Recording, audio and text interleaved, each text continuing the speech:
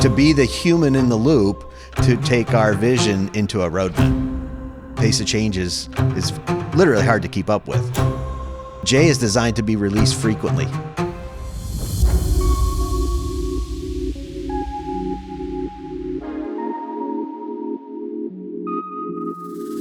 Jaggaer. Jon, how are you? Good to see you. Great to see you as well. Now, let me start with the elephant in the room, the T-shirt. It says, human in the loop.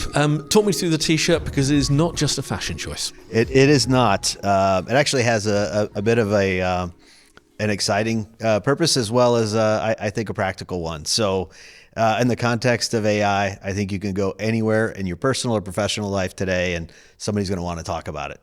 And people who are sort of thinking, I need to be there, but don't know how to get there, how to enable my job or my workplace, right, to be better set up, to be more efficient, whatever the case is as relates to AI.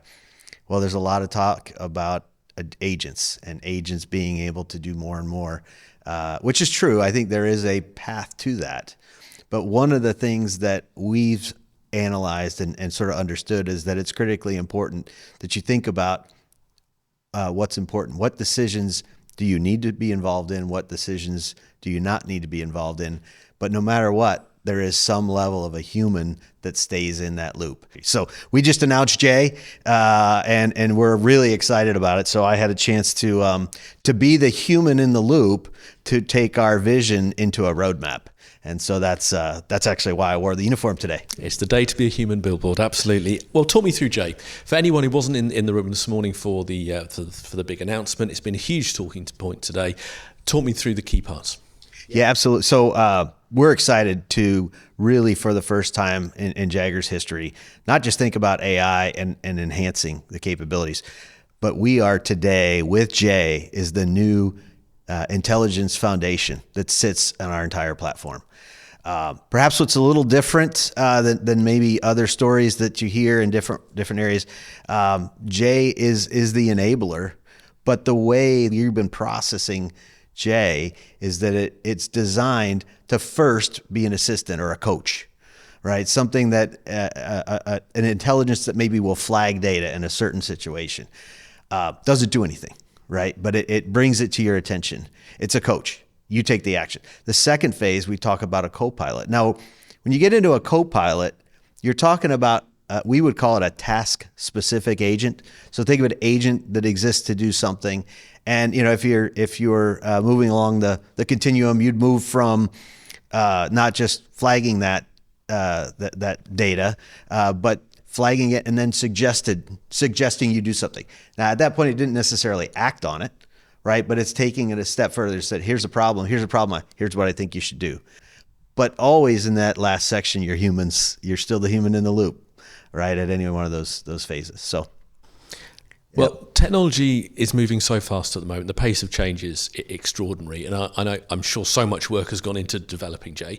How important is it that it's a tool that offers new things that excite people, things that help people? How much sort of passion and energy goes into that to make sure you are at the cutting edge? Yeah, it's to me, it's probably one of the most exciting things about not only the AI capabilities in general, but certainly that we're bringing forth with J into Jaggaer, because for us it is ultimately about being able to drive innovation, bring new ideas quickly. So just as one example of kind of how we're thinking differently with J, J is going to have a release cycle that's every 2 weeks. It's very different from our traditional release plan for our core product, which, by the way, is still going to stay in place, right? Still have our major releases every year, but J is designed to be released frequently. And in part because, actually, as you just said, right, the pace of change is literally hard to keep up with.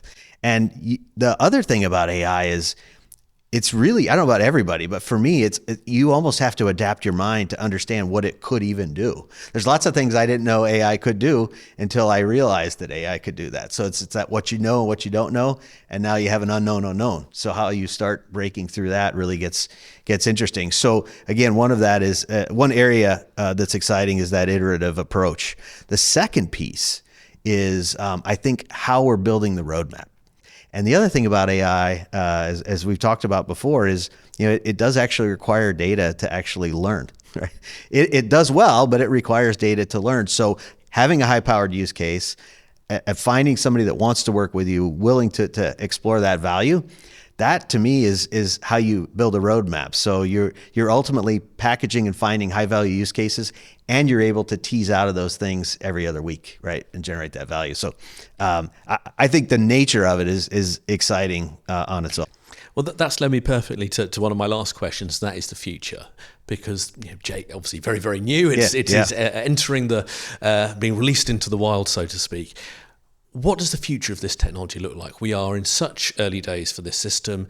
How do you go about keeping on top of it, developing it, making it best in breed? How do you go about that kind of process? Yeah, it's I think it comes down, for us anyway, I'd anchor it, as I think about the foundation where we started, right? Been in the business, this is our 30th year in business.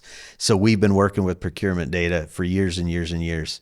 So there's an understanding of the data, but a big part of any effort to launch something like Jay and to prepare it for the future is talent.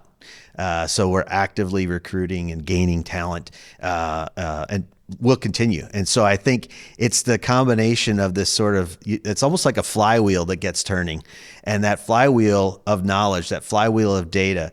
And I think what we'll start to see is the broader B2B market starts to interact more. Instead of interfaces and APIs, you have agent to agent.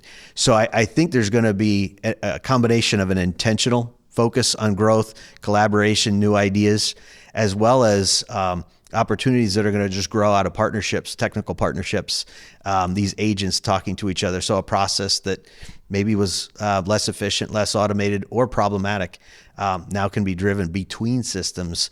So the experience becomes a whole lot smoother. So I think, as we look into the future, I think 3 years from now, it's going to look very different than it did. It's hard to think about what it was like 6 months ago, a year ago, right? Would we have even be able to be where we are today without the technology going? So as I mentioned in my initial take on Jay's roadmap, one of the things I said, and I believe, is there's a good chance this all gets accelerated, which is not something that a product leader often says, right? But it's a combination of being able to almost pull the future in based on how you interact and how you stay focused on value and outcomes. Don't focus on the technology, focus on the value. And I think that's what's going to just exponentially grow in the future.